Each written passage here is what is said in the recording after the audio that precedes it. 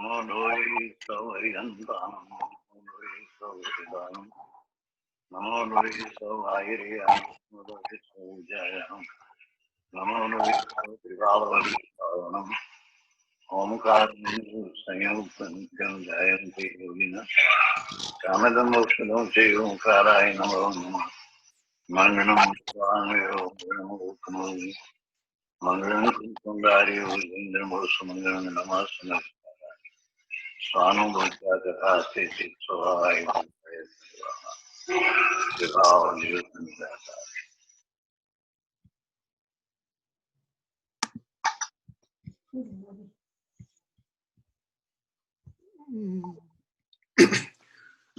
Om Namo Loe Sarvatrikavarti Arantanam. Om Namo Loe Sarvatrikavarti Siddhanam. Om Namo Loe Sarvatrikavarti Aryanam. Om Namo Loe Sarvatrikavarti Ojayanam. Om Namo Loe Sarvatrikavarti Savanam. Eso Panchana Mukaro Savapava Panasano Manglalancha Savesing Padamam Havai Manglam. Omkaram Bindu Sanyuktam Nityan Dhayanti Yoginam Kamadam Moksadam Chaiva Omkaraya Namo Nama Namo Samaysaraya Swanu Bhutya Chakasate Chitsabhavaya Bhavaya Sarva Bhavantarachate Agnanatimirandanam Gnana Anjana Salakaya Chaksurun Militamyena Tasmai Sri Guruve Namah Tirthankaro Jagatana Jayvantavarto Omkarana the Jinano Jayvantavarto Jinana Samo Sarana Sau Jayvantavarto Ne Tirthachara Jagama Jayvantavarto Namo E Tirthanayakane Namo Omkaranadane Omkara Sangaryotene Namo Te Sri Kunda Kundane Aho Upakara Jinavarno Kundana Dvani Divyano Jina Kunda Dvani Apya Aho Te Guru Kanano Aho Te Bhagavati Matano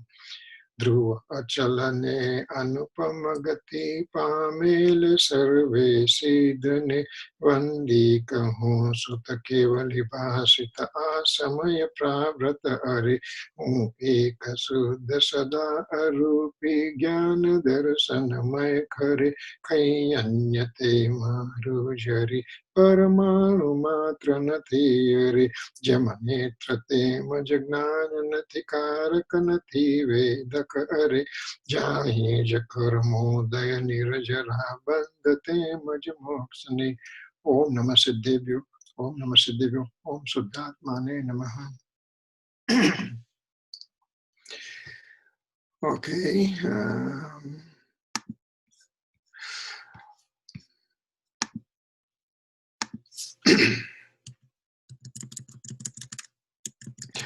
Okay, last time we were talking from this slide that what is the central theme of Samaysar.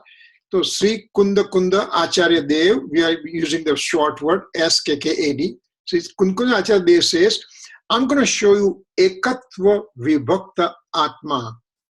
I'm going to show you the nature of Ekatva, means my existence is complete. And also, I'm devoid of any alien belongings.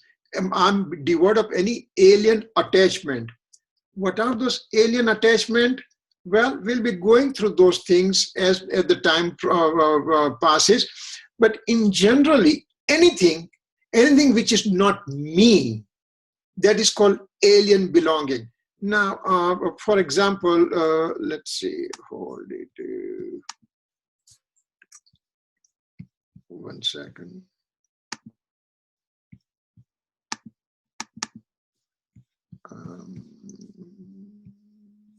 Screen. Okay. So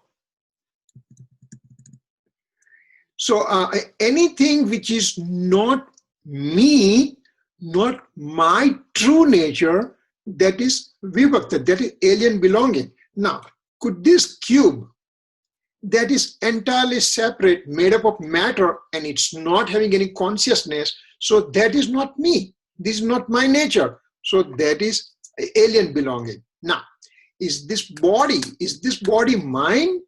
No, body is matter particle and I'm the conscious element. So this is also alien belonging. Okay, that we can understand. Now he's going to take us deeper inside. These are the gross form of our alien belongings. That this matter is not me, this body is matter particle, that is, it's not me.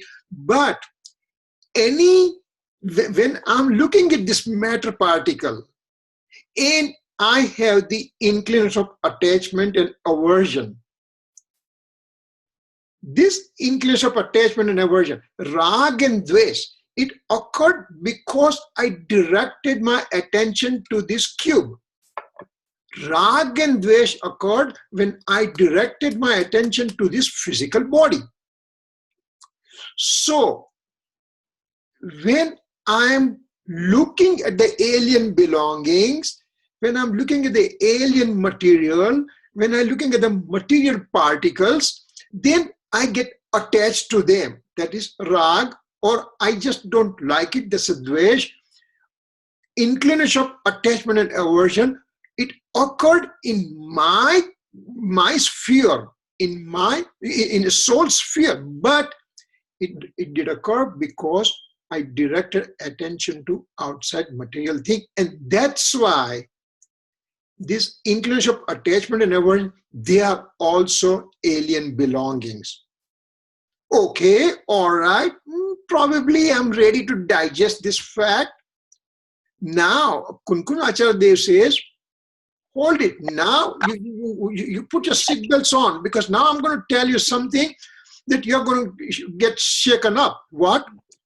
That my one Samay Paryay, every moment, every Samay, there is a Paryay. The modification occurs. I have an infinite amount of attributes within me, and each attribute gets modified every Samay, every moment. What is Samay definition? We will take Samay definition later on. But just to not to digress too much from the subject, Samay means in a blink of an eye, innumerable amount of Samay pass by. Innumerable means uncounted amount of Samay pass by, and each Samay there is a modification occurs with each attribute. Those attributes are my own because they are coming from my, those attributes are my own, and their modifications are also my own because they are coming from my attribute. But this modification is of one Samay only. It arises and it disintegrates. It originates, it disintegrates. Because it originates and disintegrates and lives only for one Samay, means transient existence, that is also my nature. I'm the eternal, pure, perfect nature which is devoid of any kind of attachment with anything else. Even my own mode, my own paryay occurring transiently, living, it stays for transient time, and the transiency is not my nature. So even my mode, my paryay, my modification of rag and dvesh, inclination of attachment and aversion, they are not my nature. That's okay, we understood that part, because they are directed towards the alien objects. That's okay. But my pure mode, now we are talking, my pure mode occurring within me, that is also my that is also not my true nature. That's what he's saying, that is also my alien belongings. Now he's taking one step further, and he says, even Keval Gnan Paryay, omniscience mode. Okay, Kevali Bhagwan has a omniscient Lord, has an omniscient mode. He has a pure modes or perfect modes in which he can have super sensuous bliss from within, and at the same time, whole universe, past, present, future of whole universe get reflected in his knowledge. That kind of Keval Gnan Paryay, that kind of omniscience transformation, omniscience modification is also not my nature, because it lasts for one samay only. You mean Bhagwan having omniscient mode is also not his true nature? No, it's not true nature.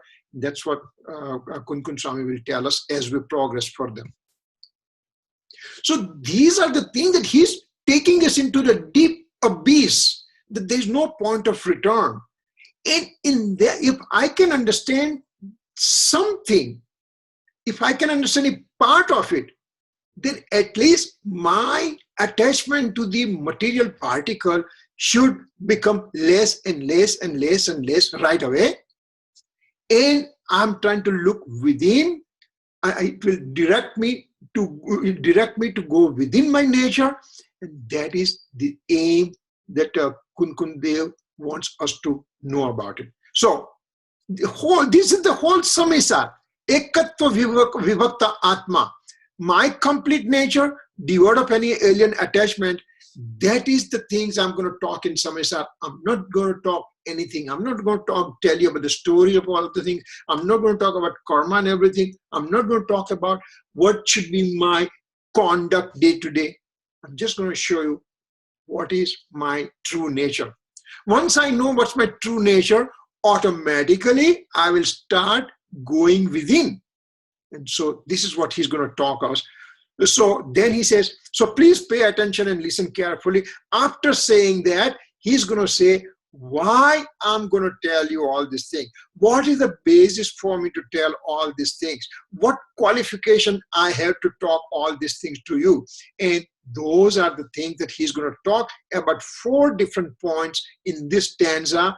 And again, once we finish this stanza, number 5 stanza, that means he has laid the groundwork for us.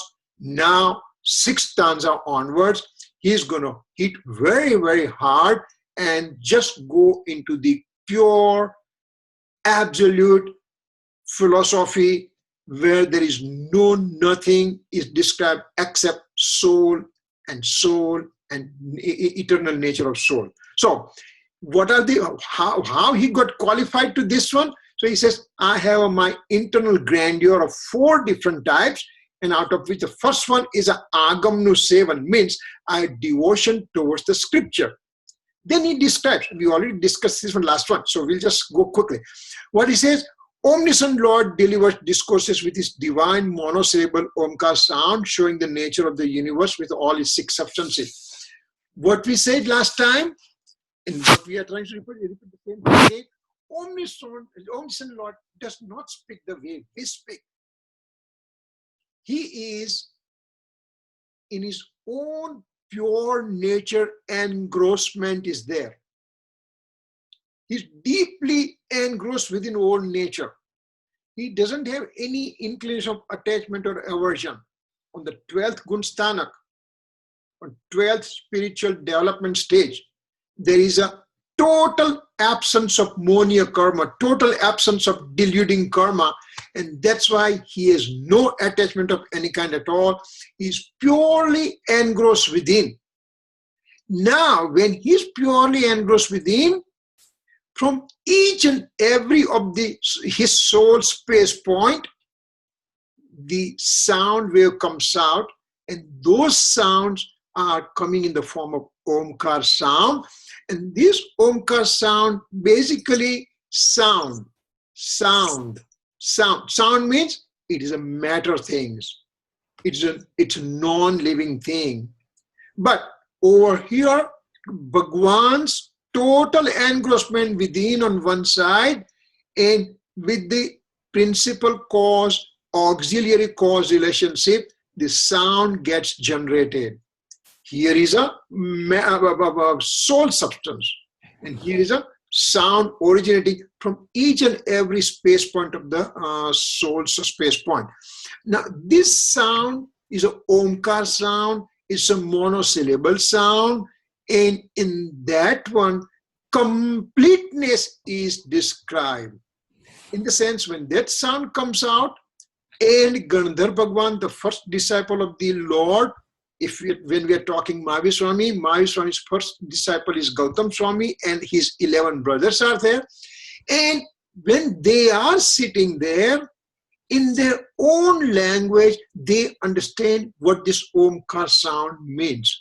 Because they are so worthy soul, so they absorb everything, and within intra-Indian hour, within Antar-Muhurt means less than 48 minutes, and in that time period, they create total 12 original canons of the scriptures.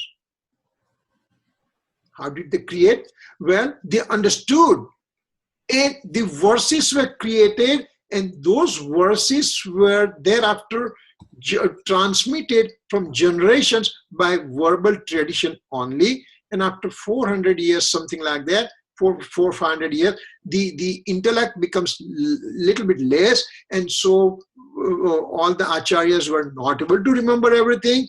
And then the written language came, and then in the written language, the very first thing we have available is a Kunkun Swami Samaysar, which is written on the palm leaf, dry palm leaf, with a needle. He will write down, and those are the things still preserved in southern India, in the state of Karnataka.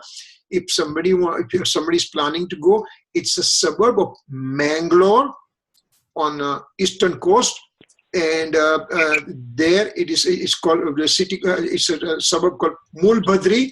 They have those things. If you have time and if you are traveling, please make sure that you go and see those things. It will be amazing to see those original scriptures. So, Omniscient Lord's discourses, it dissects knowledge from all different perspectives in one sound alone. One sound includes everything. I am Kirit. I'm somebody's son, I'm somebody's father, somebody's uncle, somebody's nephew, I'm a doctor, I'm a Jain, I'm living in Phoenix, all those things that is there regarding me. If somebody wants to talk about me with all those perspectives, one has to talk in a divided fashion. Yes, I'm Prabhudas's son, and I'm Amit and Rishi's and Rina's father, and Vibhudi's husband. Things that we have to keep on talking that way. Now, Bhagwan's word will not come out that way. He is going to tell everything in perfect form, and that's why it's a monosyllable Omkar sound will include everything. It's a Praman Gnan, it's a comprehensive knowledge. So that is that it covers all different aspects. Holy scriptures are created by first disciple of Omniscient Lord, and is ultimately, that's ultimate truth, and is not an imagination. Gautam Swami and all his brothers, when they are the first disciple, when they are creating the scripture, it's not imagination. It's Bhagwan's word, Bhagwan's Omkar sound they heard, and from that they make it. Now Kunkun Swami says, I have followed this knowledge and thereby experienced my true nature. Kunkun Swami also followed this agam, this scripture. He has devotion towards the scripture, and from those scripture, he also experienced his own self. That's why he says, you also follow the scripture, you can also experience your the true nature. The real spiritual knowledge has become the instrumental cause for my self-experiencing. So this scripture, Agam Nusevan, they are kind of instrumental cause for my experiencing. My experience, of course, with my own personal effort. My own person, my own Purusharth. And that's why I'm experiencing. But to have my Purusharth directed to inner self, there is also presence of Holy Scriptures that's coming from Omniscient Lord Scripture, and they are the instrumental cause. This devotion towards the Scripture is my internal grandeur. So when this internal Scripture, when these Scriptures are instrumental cause, that he has an internal grandeur because his devotion towards the Scripture. So this is the first thing that he's talking. Then he's going further in detail what those scriptures mean. So Kunkun Acharya Dev 2000 years back went to Mahadev Kshetra That's Mahadev from the area of Bharat. So from Bharat Kshetra, he went to Mahadev Kshetra. It is in the center of the universe that is called Jambudvip, and southern portion is called Bharat Kshetra, northern area called Airavat Kshetra, and in middle there is called something called Mahadev Kshetra. The distances are so great that it is impossible for a simple lay person to travel to Mahadev Kshetra. But Kunkun Swami, because he's a 6th and 7th Gunsthanak person, he is a pure monk, that he had the extraordinary capacity. He was walking above the ground, and he has a capacity to go through the space to the Mahadev Kshetra. So he went there. He listened to the discourses of Sri Simandar Swami, Lord Simandar Swami, and also scriptural omniscience with Sud Kevli. In Mahadev Kshetra, there are always Tirthankar present.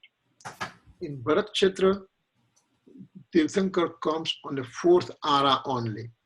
When we divide ara into 6 ara, 1, 2, 3, then the 4th ara comes, all 24 Tirthankars occurs. 5th and 6th ara, there are no Tirthankar. We are passing through 5th ara right now, which will last, which is total 21,000 years, out of which about 2,000 years pass by. So about, close to 19 to 20,000 years are remaining for this ara to complete. Then 6th ara will come and things like that. So Kunkun Swami went with his own physical body to Mahadev Kshetra, listened to the discourses of Simandar Swami, in the sense, when Simandar Swami is sitting in Samaysar and the Omkar sound comes out, Kunkun Swami, he grabbed all those things with his own intellect. He understood what it was, and any doubts that he had it or any further discussion he wanted to do it, he did with the scriptural omniscience. Means very saintly, saint persons were there, lots of monks were there, and he discussed with those monks also, and that way he clarified his knowledge, and he came back and then created these scriptures. His internal self-excellence occurred due to his personal effort, and Lord's discourses became the instrumental cause. Till the end of the 5th ara, close to 20,000 years, means what we are passing through right now. Mahavir Swami's Nirvana onward, the 5th ara started, and it goes for 21,000 years, and about 2,000 years passed by, so about 19,000 years remaining. That these scriptures and omniscient Lord's message will act as instrumental cause for my spiritual progress. I want to have spiritual progress, so all the scriptures will be helping me out. They will remain as an instrumental cause for me. Now he's talking something, he's saying that what are the scripture about? There is a word syat. There is a word syat is used in Jainism. Everywhere, whenever you go, this will be the word used, syat will be used. What is syat? Syat means from certain perspective.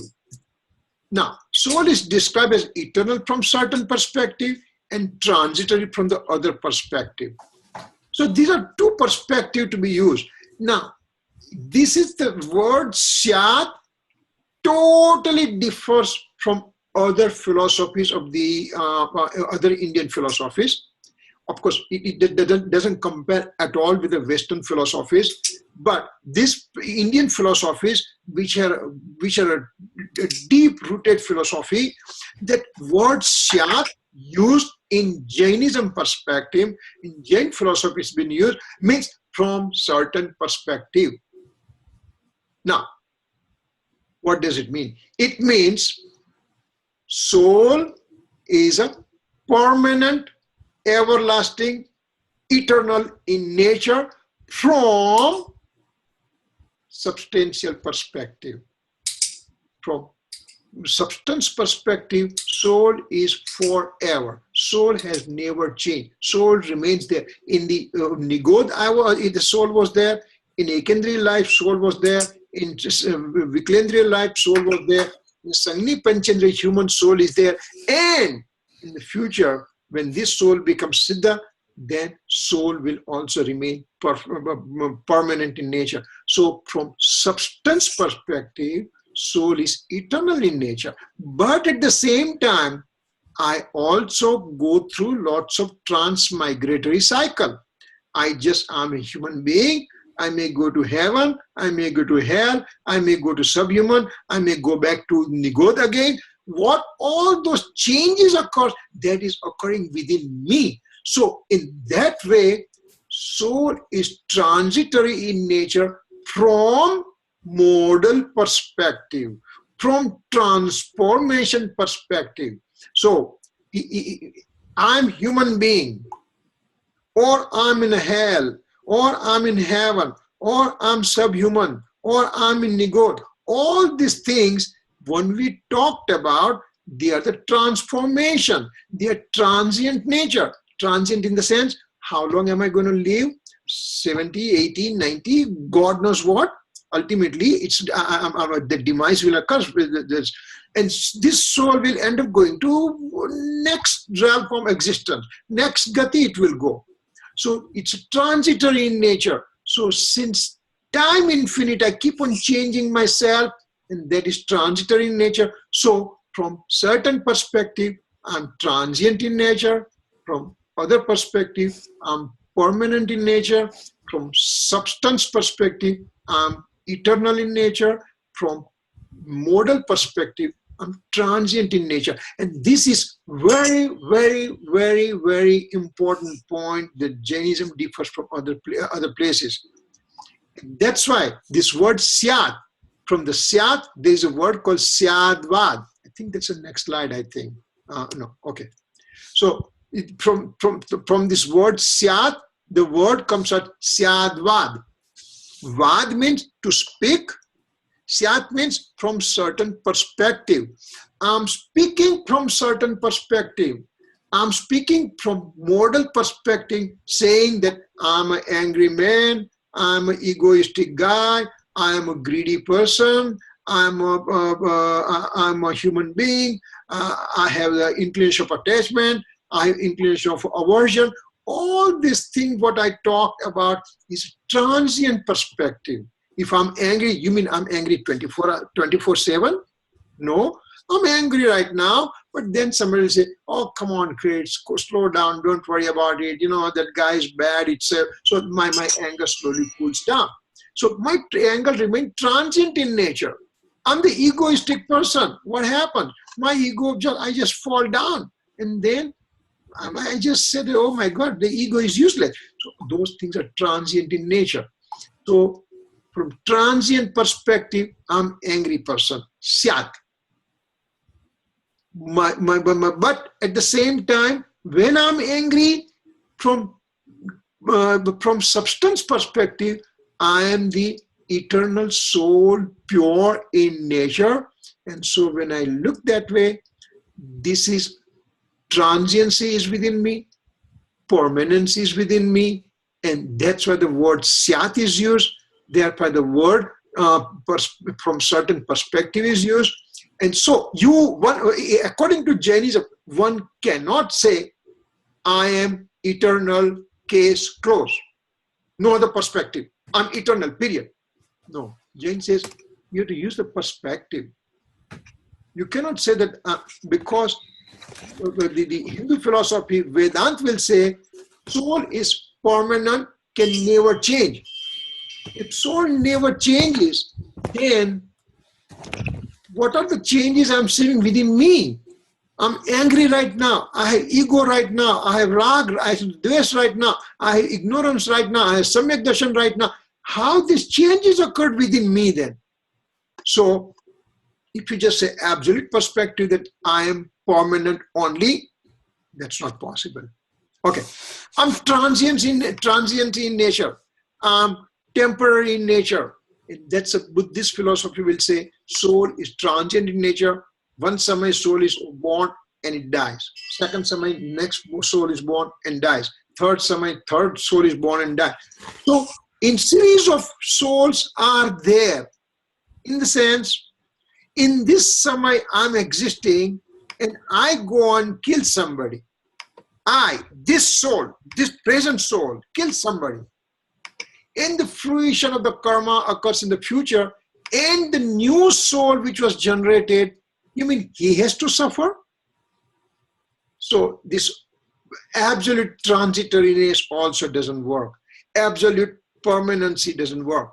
It's a transitoriness or permanency is considered from certain aspect occurring in the same substance, and that's a Syadvad. So that's a Syadvad, means the Jainism will say everything keeping in mind about certain perspective, and the actual nature occurring within me, it's called Anekant. Anekant is occurring within me. Syadvad is talking about it. Vad means to speak. So Syadvad is talking about it. Anekant means a multiplicity point of view is within me. I am the soul who is eternal, and I am the soul who is transitory in nature also. That's my nature. That's an Anekant, multiplicity point of view. Now when I'm talking about it, that's called Syadvad. So Syadvad is talking, Anekant means actual thing. So those are the things will be coming in the scripture time to time that we have to know about it. Okay, next one. Now, Paramagamya Sabda Brahmkayo. Remember, we are talking still, we are talking number 1 right now. We are talking devotion to the scripture, Agamnu Sevan. When we are talking about that one, it says, Paramagamya Sabda Brahmakayo means highest spiritual knowledge, means omniscient Lord's teaching. Omniscient Lord's teaching is called Sabda Brahma, and that Sabda Brahma is called the highest scriptural knowledge, Paramagam. So the scripture that we have in front of us, the Samaysar, I have it in front of me today.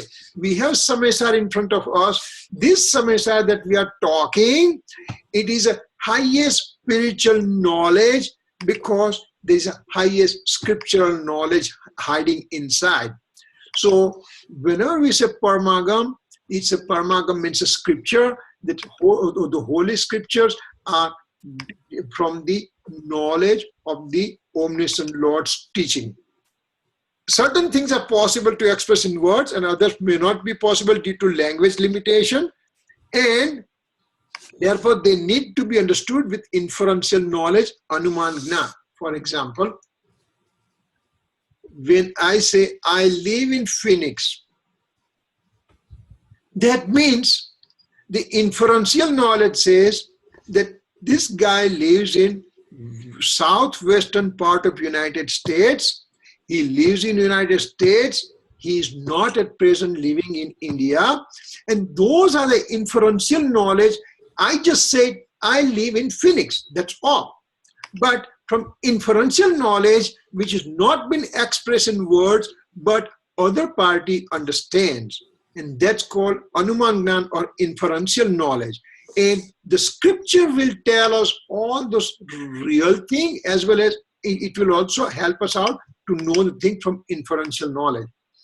So once, example over here given is one substance is separate from the other substance. That means one may not know all the substances, but with inference we can understand that there is probably presence of other substance more than this soul. So then he will find it out himself that there are 6 substances in the universe. So that's the inferential knowledge. Omniscient Lord's message is all encompassing. It's all inclusive and complete in nature. Omniscient Lord does not have any inferential knowledge or anything. It's all encompassing. When I will say, let's say that this is the omniscient Lord says that at present I am in Phoenix, but nobody has to make inferential knowledge. That omniscient Lord's Omkar Dvani itself will give information so that I'll be able to understand those things. So this is kind of very, very important thing about the omniscient Lord's messages that we are talking about. Now, In experiencing phase of the pure soul, the supersensuous bliss is a stamp of imprint. Hang on with me what it means. Now, what's a stamp of imprint? That I have the experience, I have the samyak darshan, I have realized my soul, I have self-experiencing of the eternal nature of the soul. What does it mean? It means there is a stamp of imprint. That means I have a supersensuous bliss. I experience the bliss which is beyond the senses, beyond the physical senses, and I enjoyed those real nature of the soul with that bliss. So the bliss is a stamp of imprint for experience of the soul. Similarly, omniscient Lord's preaching, Sabda Brahm, the Syat, certain perspective, is a stamp of imprint. Means omniscient Lord's message will come with the Syat, means certain perspective. It will not come as an absolutist thing. It will not say that I am the eternal pure nature of the soul, period. No. I am the eternal nature of the soul from substantial perspective. So omniscience knowledge, omniscience preaching will come with that Syat word. Sabda Brahm, now this Sabda Brahm, what we talk about, there are two types. Written words, the Sabda Rup, spoken words, Vani Rup. Tirthankar spoken words in the form of resonant preaching in the form of Omkar sound is called discourses. So Bhagwan did not write anything. Bhagwan did not speak anything. But his Omkar sound is called his discourses. Now, Sabda Brahm means omniscient Lord's preaching, highest spiritual knowledge, scriptures illuminating nature of universe. So what does it mean? Let's say all six substances are described in what? In omniscience, Sabda Brahm, in omniscience preaching. When omniscience speaks the omniscience from omniscience complete area of the soul substance, when that Omkar sound comes out, it describes all the six substances are described. Each substance performs its own purposeful activity. That kind of information also Gandhar Bhagwan gathers from this Omkar sound. Each substance performs its own purposeful activity means if I'm the soul, which I am, then my purposeful activity is to know, Gnan. My activity is to know, and that's all. If this is the matter particle, then matter particles activity is touch, taste, smell, those kind of things will be the matter particles activity. So each substance performs its own purposeful activity. It does not need help from any other substance. This guy to show touch, taste, smell, etc. attribute doesn't need any help from any other alien object. Same thing, this soul has a consciousness element, doesn't need any help from any other alien object. Now, let me ask a question. Can somebody see without having eyes? Can somebody hear anything without ears? Can somebody taste without having tongue? These are the things when we say that because of my eyes, or forget about eyes, if I don't have my glasses on, because I don't have glasses on, I can't see anything. That's what I believe. Or if my eyes are shut, I can't see anything.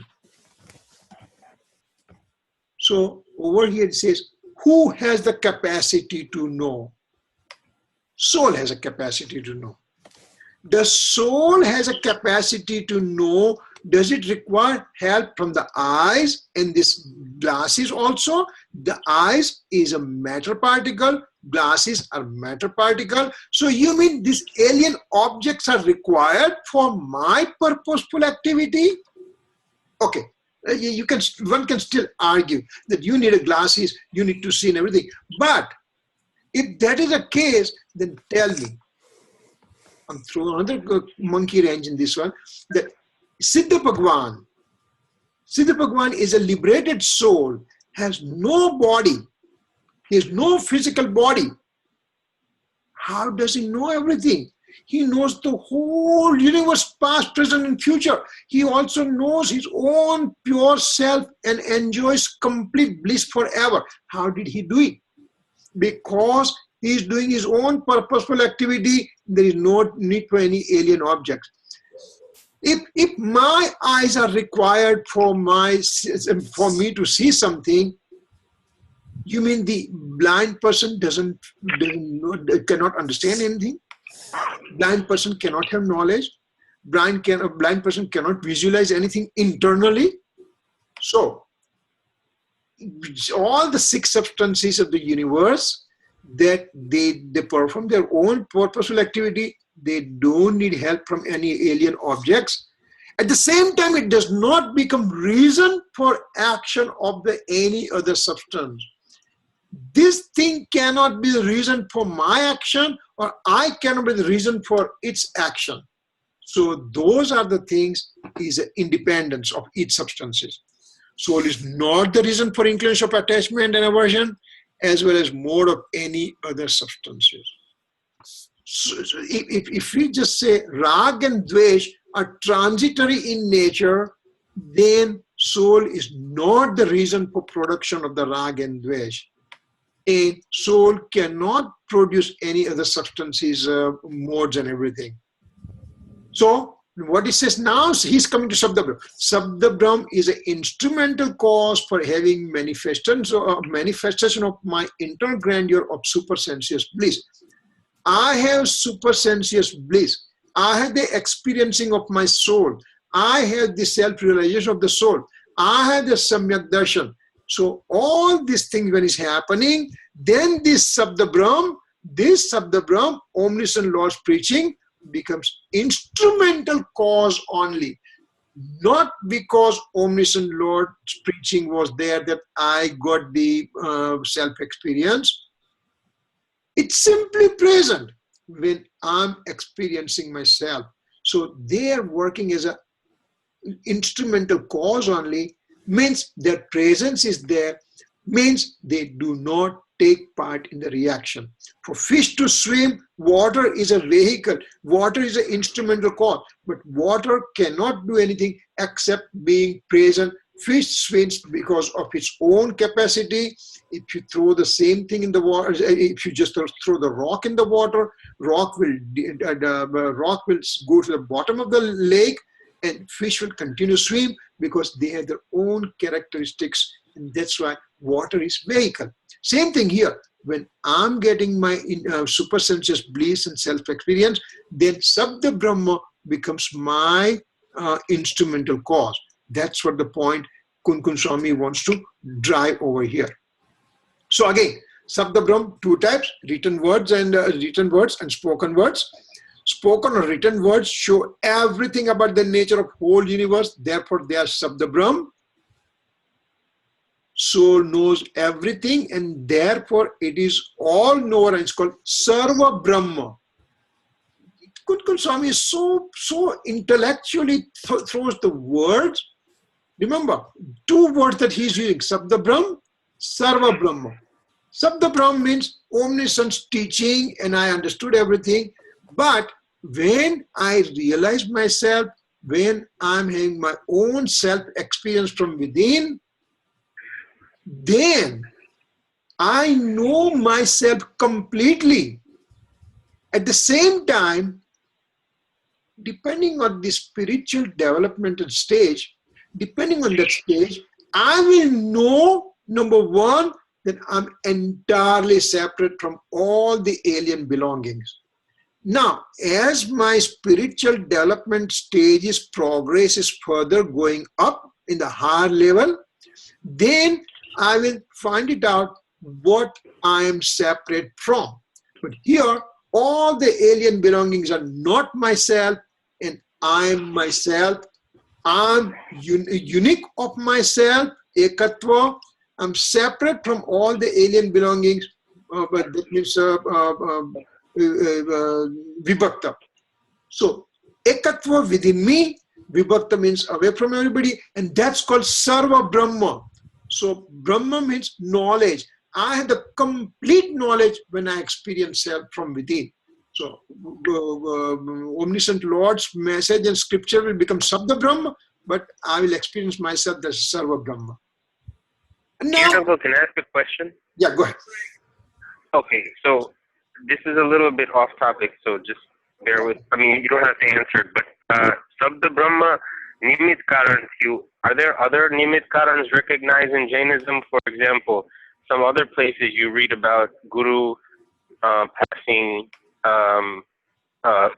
blissful experiences through touch or something like that. Like Mahavir Swami in life માં એવું કઈ એવું થયું હોય કે ના disciple ને શબ્દથી નહીં પણ touch થી કે એવું કઈ બીજો નિમિત્ત કારણથી એમને આનંદ મેળવવું હોય. I don't know. That's my question. Okay, all right. Let's see here. What did it say here? See, remember, each substance performs its own purposeful activity. It does not need, see, this word is important, does not need help from any alien object. Mahavir Swami cannot touch me and give me the knowledge. In Christianity, there is lots of things that you will see that Jesus Christ touched, and the guy who was dying just woke up and he became very healthy and everything. No way any other substance can do any work for me. Nobody can transmit anything from him.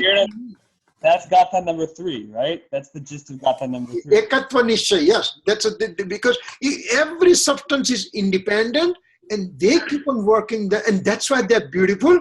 When everything is get mixed up with other things, then it becomes not a beautiful thing in this universe.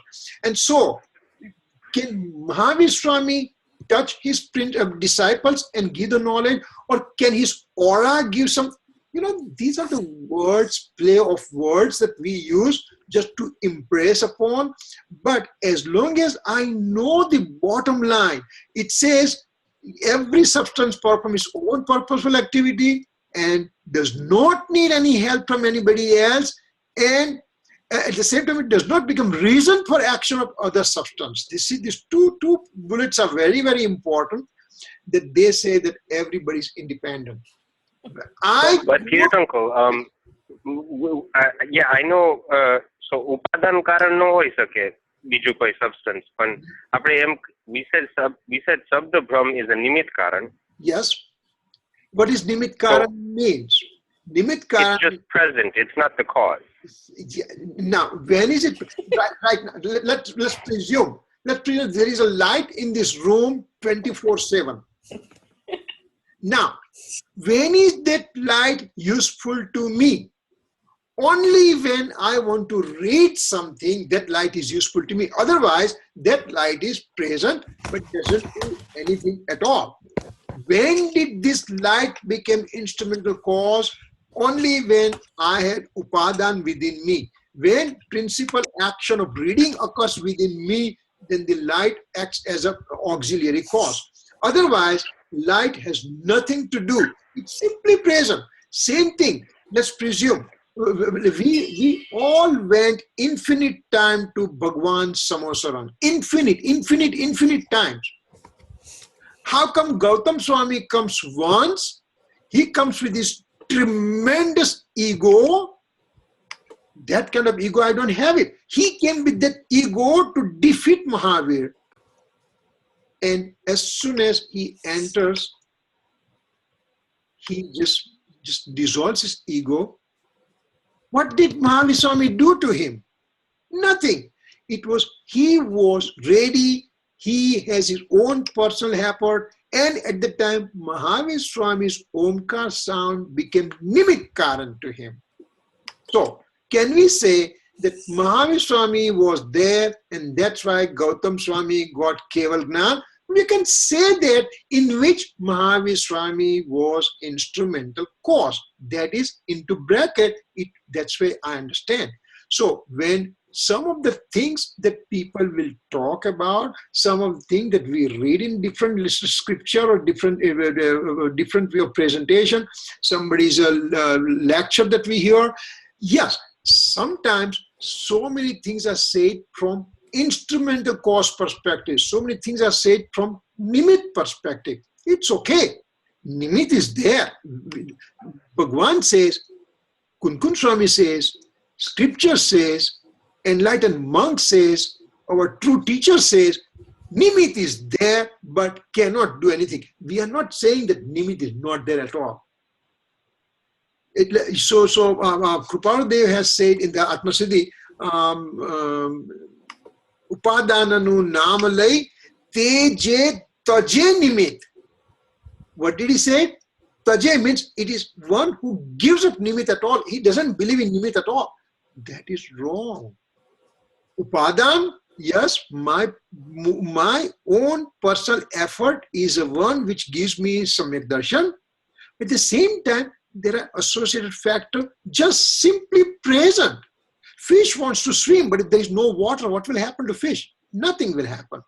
So same thing. Omniscient Lord's message, scripture, guru, enlightened teachers and everybody, they are present in my life as an instrumental cause. Only that instrumental cause comes in picture when my upadan is ready. This Samaysar book was sitting in my house for last 30 years. It was never been touched before because I did not have my upadan. When my upadan started, when my internal effort started, at that time, this book became nimit for me. So, can I say, because of Samaysar scripture, I got knowledge? Yes, we can say, because at that time, I'm giving very much tremendous respect to the scripture. So, those are the things we have to think. Does it make sense? Yes. So, here, now when you say Guru's teaching also coming now, so what it says, the original scriptures are coming from Omniscient Lord, but discourses of enlightened Guru is also as important as Omniscient Lord's preaching, because I don't have Omniscient Lord in front of me right now, but I have possibly Guru present, that his, and the enlightened Guru is present, that his teaching is also becomes as good as Omniscient Lord's preaching. How? Because it follows the Lord's preaching only. This weekend, I end up listening to somebody, and they say, I won't tell who those people are. They say that you take the Gnan from us, you take Gnan from my Guru, you have Samyak Darshan. Just because you take that vow to take the Gnan, that means you have Samyak Darshan. What? How come? They said, that's it. You take the Gnan from our Guru and that's it. So I asked a question. I said, okay, if that was a case, then how many Omniscient Lords preaching assemblies, Samaysar, did I go? Infinite times. So if I went infinite times, who is the perfect, who is the Lord? He's the perfect omniscient Lord, and I'm sitting there. Can you hear me? Yeah, I can hear you. Yeah, go ahead. Oh, now you can. So that is they call that Vyavahar Samyak Darshan. What's that? Vyavahar Samyak Darshan. Yeah. Guru ka se gnan lete. But Vyavahar Samyak Darshan, Vyavahar is called Vyavahar only associated with Nishchay, otherwise it's not called Vyavahar, it's called Vyavahar Abhas. It's of course fallacy of a conventional point of view. If there is a Nishchay, means if there is a self-experience occurs within me, then only everything is called Vyavahar, otherwise it's not called Vyavahar. So we are using that word so loosely in everything, and then we get bogged down and we get lost into the ocean of so many different viewpoints and everything. as long as I know where I am right now, I am at a phase of collecting information. I'm collecting information intellectually right now. Collecting information means nothing. This book has total knowledge, 415 stanza. Everything is there. You mean this book has a samyak darshan? If collection of the information is a samyak darshan, then this book should have to have a samyak darshan. Doesn't have it. I am the one conscious element, one who is all knower substance, and I have capacity. When I am right now, I'm gathering information, and intellectually I'm gathering, and then I'm trying to put it into my life. I'm trying to keep on contemplating this information that I'm getting it. And once I'm contemplating, then I said, oh, this is my true nature. This is where I can experience myself. And ultimately, when my nirnay, my determination becomes very, very strong, then I act accordingly, and one day will happen that I will end up with the nirvikalpa, that's an anubhav. So, when somebody says, I'm going to give you jnana, that means samyak darshan, it is talking from the conventional perspective, but that is also not conventional perspective if it does not end up with a total experiencing of the soul. So, here we have the discourse of enlightened guru. It's also important because it follows the Lord's preaching. Therefore, it has also become instrumental cause for one to obtain right faith. Remember, the Guru's teaching became instrumental cause. Why? Because as a result, I end up getting right faith, then they are instrumental cause. If there is no right faith obtained, they are not even called instrumental cause. So, last one it says, ignorant beings' teaching cannot be the instrumental cause for obtaining right faith. So, only the thing, if I'm going to get it, is it will be the right faith from enlightened guru, which is same as omniscience teaching. And then when I get the right faith, then they are called instrumental cause. So these are the things that we have to keep in mind. Let's see, how far is time? I'm losing time right now. Do you? Let's see. Oh, okay, we are almost there right now, you know.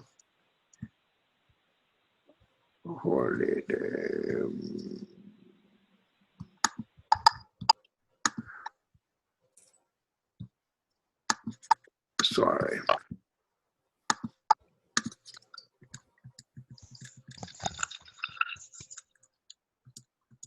So Kirit, go ahead. The last point you wrote in that previous slide was that a cool guru cannot be a nimit. Yes. For samyaktava. Yeah. Here's my question. In his fifth birth after Naya, Bhagwan was a lion and attained samyaktava. My question is, how do we know that that Muni was a cool guru versus a subguru? You know, I see lots of times when we just, when the stories are being told, and there's a Prathmani Yoga, when the story has been told, that means that story wants to give a message to the person. Important thing is message behind the story. If it dissect the story, it doesn't make much headway to me. But what's a message behind that? If there is a enlightened guru is going to give me the preaching, then it can become instrumental cause for me to get the right faith. That's a message, to take home message. Now, was it in that story? Is it Kuguru or Suguru? I'm not there. I was not there. And I don't know whether it's right or wrong. But what is the take-home message for me? That monk will become instrumental cause for me to get a right faith. That's all. If we believe that story. some of the subgroups of Jainism, they probably may not believe that story. But here we are not there to fight whether the story is right or wrong. Important thing is, what's the message over here? Message says, I have right faith only when there is a instrumental cause present. In the sense, when I'm getting right faith, when I'm getting Samyak Darshan, then automatically in my sphere, there is going to be Omniscient Lord's message, Guru's message. And that's Desna Labdhi, right? That's Desna Labdhi, right? Desna Labdhi. But Desna Labdhi will occur only to the person who has created his personal effort. If right. How many... Pejig Nasu Jivane Thai Sadguru Bodh, right? But who will get Sadguru Bodh? Jignasu. Jignasu Jiv. Jignasu means what? I had to have my own personal efforts to reach to that level. Remember, I have the whole on the internet 9,200 hours of Gurudev Kanji Swami pravachans are available. Now I have everything on my computer. Does it mean that I have right faith? I mean, does it mean that I obtain Samyak Darshan? No, when I listen to those things, when I understand, when I digest, when I keep on dissecting those facts and everything, I make determination of my true nature, and then I just slip into those true nature. That's why it's a right faith. And at the time, those lectures will become instrumental cause for me. Right? Other questions so far? Yeah, thank you. We have finished the first part, then we'll start with the second grandeur. There are 4 parts of grandeur that Kunkum Swami describes. And as I said, up to 5 stanzas he's making the basis for us to enter the Samaysar, to understand what Samaysar is about. That's why up to 14 stanza is up to 13 to 14 stanza, it's an amazing amount of facts that he puts in concise nature. And thereafter, Kunkum Swami says, everything else up to 415 stanza is a further expansion of those things that whatever I have described.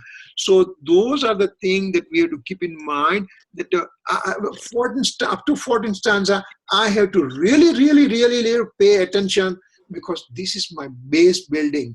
This base building will let me understand intricacy of this scripture, to this absolute philosophy. And that's why Jainism perspective is a philosophy which gives reasoning. It just doesn't say, because I told you so. Over here, Kunkum Swami, he has this much amount of knowledge and everything, but he says, you know, I got all this thing from Omniscient Lord. My experience is good, but Omniscient Lord is an instrumental cause for all my informations and everything. So these are the things that Jainism gives tremendous respect to the superiors, and at the same time also does not let my personal effort become slowed down. Both the things are to be really balanced out, that at one point is my paryay, and other point is my eternal soul substance. They both needs to be balanced it out, and ultimately keep my eye directed to my true nature, and that will take me to the liberation stage. Okay, any other questions if you have, then we can entertain, otherwise we can just try to close it off. Okay. તમારી પાસે તત્વાર્થ સૂત્રની power point છે આખું? No, I don't have it yet. Okay. I'll make it someday, you know. All right, great. All right. Thanks, okay. Sarvamangala Mangalyam Sarvakalyana-karakam Pradhanam Sarvadharmanam Jainam Jaitu Sasanam Jainam Jaitu Sasanam Javani ke Jnana se Sujhe Lokalo Sovani mastakano sada detu hono. No bandamukam.